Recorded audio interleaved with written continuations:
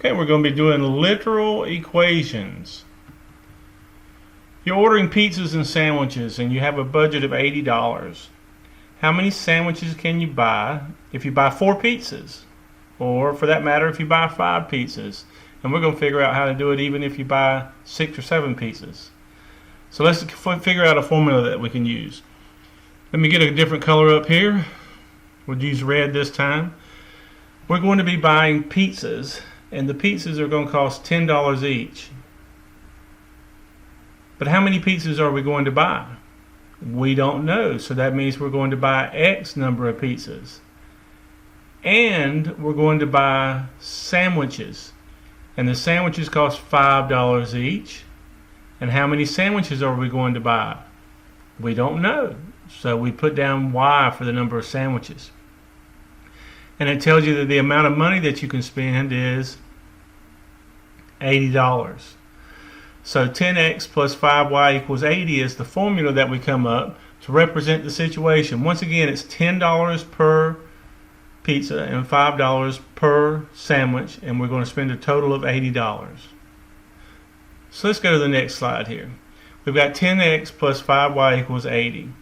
Let's solve this for the sandwiches. Remember, the sandwiches are $5 each. So we're looking for how many sandwiches, which would be y. So let's go back to the formula over here. We want to solve this for y so that we can figure out how many sandwiches we can buy. So let's look at this. We want it to say y equals. So we've got to get rid of this 10x. So we go minus 10x on both sides of the equation. Minus 10x on this side. Draw our line. Bring down the 5y equals negative 10x plus 80. Then we have to divide both sides by 5 because we want the 5 to go away, so that the y will be by itself. So we divide everything on the other side by 5 as well. Draw a line indicating a new step. Extend this line a little bit further. We've got y equals negative 10x divided by 5 gives us negative 2x. And 80 divided by 5 gives us 16. So this is the formula that we'll use to find out how many pizzas we can buy, how many sandwiches we can buy if we buy 4 pizzas. So if we buy 4 pizzas, that means it'll be y equals negative 2 times 4 pizzas plus 16. So we go y equals negative 8 plus 16, y equals 8. So if we buy 4 pizzas, we can buy 8 sandwiches. Let's try it for if we buy 5. So we go y equals negative 2 times 5 plus 16. That gives us y equals negative 10 plus 16, y equals 6. So if we buy 5 pizzas, we can buy 6 sandwiches. And so we've transferred this equation so that we've not transferred it, but we've changed this equation so that it represents the number of sandwiches that we can buy, as opposed to the sandwiches and the pizzas. Okay. Now let's solve this one for y. There's opportunities with these what are called literal equations whenever you're transferring them from being solving for one variable to solving for a different variable. You're manipulating the equation so that you can solve for the variable that you need to solve for. And there are many times whenever you're working geometry problems or physics problems or chemistry problems that you'll need to do this. So let's solve for y. We want the y to be by itself. So we draw our line down the middle. Oh, a very good line. We need to get rid of this negative 2x. When you want to get rid of something, you have to add or subtract. This is minus 2x. If we wanted to get rid of the minus 2, we would divide by negative 2. But we want this whole thing to go away. So we add 2x. and we add 2x. These cancel each other out, and you're left with 5y equals 2x plus 12. We want the y to be by itself, so we divide by 5. We divide everything on the other side by 5, not just one thing, okay? Draw a line indicating a new step, and we've got y equals 2/5 x plus 12 over 5. Okay, it's your turn. We're going to pause the video, solve for b, and then get back to me, okay? See how you do. So we've got a minus 2b equals negative 10. We want to solve for b, so we want to get rid of the a here. So we go minus a, minus a, and minus a on this side. Oops, I forgot to draw my line. Draw a line indicating a new step. That leaves us with negative 2b equals negative a minus 10. Then we divide both sides by negative 2 because the opposite of multiplying by negative 2 is dividing by negative 2. And remember, we do it to each item that's on the other side. So that leaves us with b equals negative divided by negative is a positive, so that's a over 2. And negative divided by negative is a positive, and 10 divided by 2 is 5.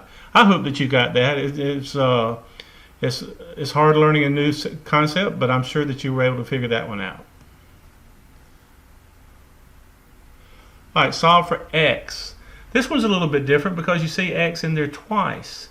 But one of the things you got to be aware of is that whenever you see x in two different places, or even three, what it means is the distributive property has been used.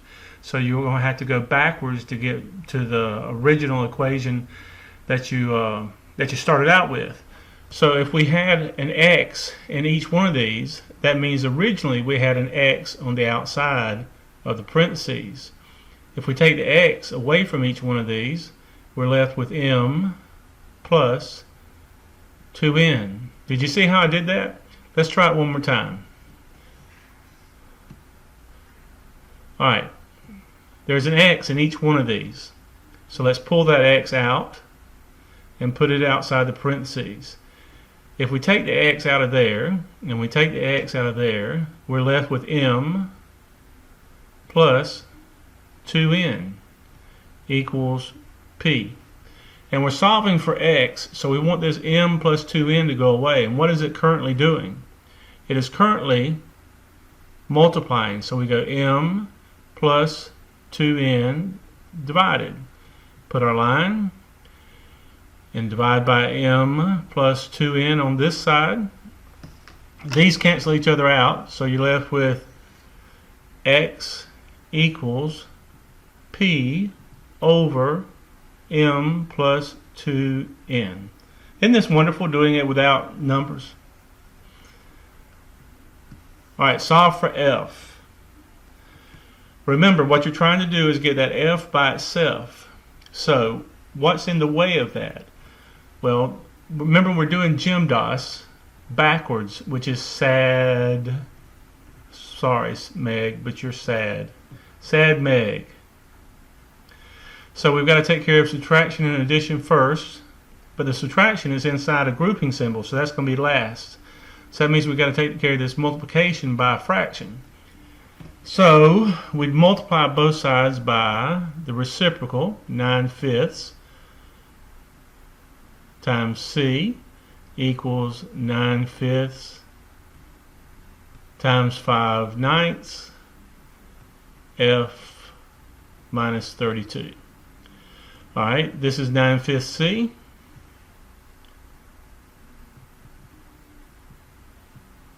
Draw a line indicating a new step. These cancel each other out, and you're left with equal sign f minus 32. Now we want to get rid of the 32. So the 32 is currently being subtracted, so the opposite of that would be to add 32 to both sides. So we add 32 to this side. And that leaves us with 9/5 C plus 32 equals F. So what we just did, this is the formula to get to transfer Fahrenheit into Celsius. And what we just did was we manipulated it so that it became the formula to change Celsius temperature into Fahrenheit temperature.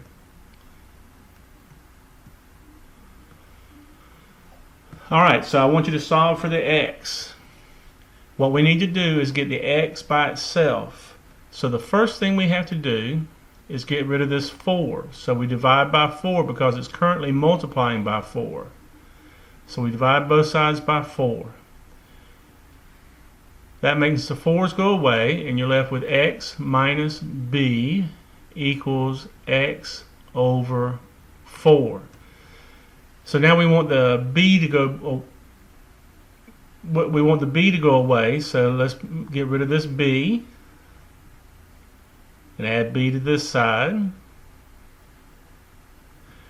that leaves us with x equals x over 4 plus b. We want the x's to be on one side, so we got to get rid of this x over 4 and move it to the other side. So let's extend our line on down. We go minus x over 4 and minus x over 4,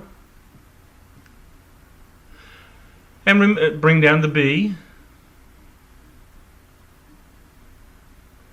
and the equal sign, and that leaves us with, remember what I told you was that x over 4 was the same as 1/4 x, and this is 1x right here, so that means that would be 4/4 x. So we go 4/4 x minus 1/4 x, and that leaves us with 3/4 x. So we've got 3/4 x. But we want our answer to say x equals, remember? So this is one of the longer ones we worked so far. So we have to multiply both sides by 4 over 3.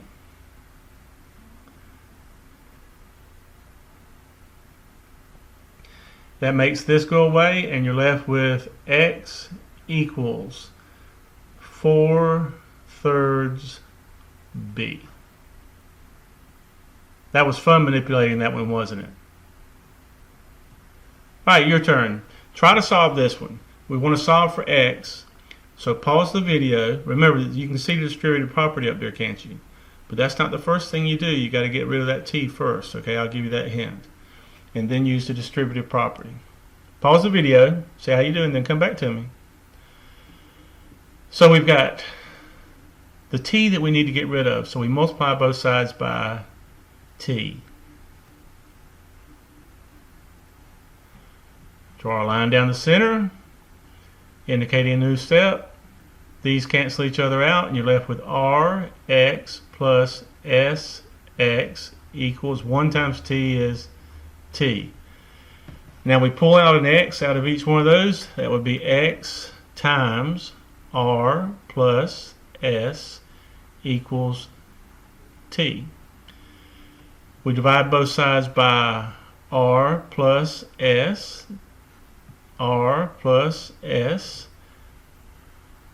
and that leaves us with x equals t divided by r plus s. So these are essentially the same equations, we're just solving them for different variables, and so it looks a little bit different. Alright, your turn. You want to solve for x. So how are you going to do that? Remember, you want the x to be by itself. Pause the video, try this one, and then come back to me. So what did you do? Did you multiply by a on both sides?